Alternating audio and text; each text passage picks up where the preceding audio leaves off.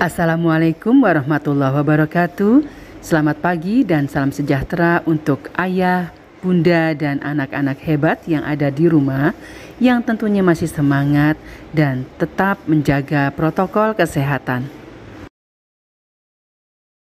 Jumpa lagi dengan Bu Guru di minggu ke-11. Untuk minggu 11 ini, tema kita masih tetap alam semesta. Hanya saja untuk subtemanya sudah berubah, yaitu bencana alam. Anak-anak, kalian pasti pernah mendengar berita tentang bencana alam. Kira-kira apa ya bencana alam itu? Bu Guru beritahu ya, bencana alam adalah bencana yang diakibatkan oleh peristiwa atau serangkaian peristiwa yang disebabkan oleh alam. Adapun macam-macam bencana alam adalah sebagai berikut. Yang pertama adalah banjir.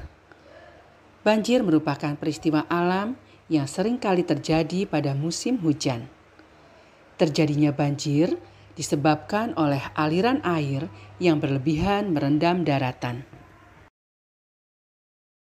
Terjadinya banjir disebabkan oleh banyak hal ya anak-anak.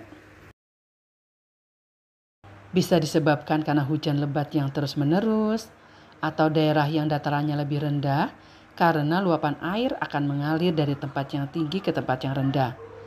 Bisa juga disebabkan oleh manusia yang membuang sampah sembarangan, atau penebangan hutan liar yang menyebabkan hutan menjadi gundul. Anak-anak, bencana banjir ini tentunya sangat tidak menyenangkan untuk kita semua. Untuk itu, marilah kita sama-sama mencegah agar tidak terjadi banjir. Bagaimana caranya ya?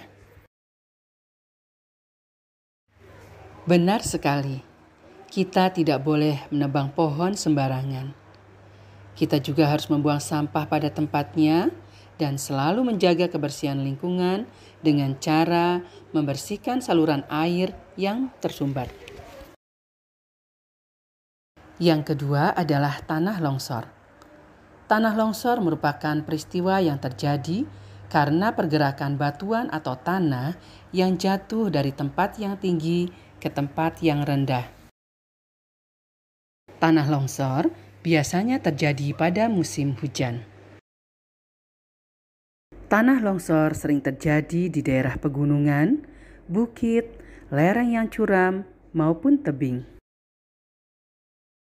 Tak jarang tanah longsor juga terjadi di lahan pertanian dan perkebunan yang posisinya terletak di tanah miring atau lereng. Adapun yang menyebabkan tanah longsor adalah erosi atau pengikisan tanah, hujan lebat, penggunaan bahan peledak, dan lahan gundul yang ada di sekitar kawasan tebing. Untuk itu, kita harus bisa mencegah agar tidak terjadi tanah longsor. Caranya, dengan tidak menebang pohon di sekitar lereng, tidak mendirikan rumah di lereng-lereng, jangan menggali tanah dengan jumlah yang banyak untuk keperluan tambang atau perkebunan. Yang ketiga adalah kebakaran hutan. Kebakaran hutan merupakan kebakaran yang tidak terkendali di kawasan hutan dan dapat menimbulkan bahaya atau bencana.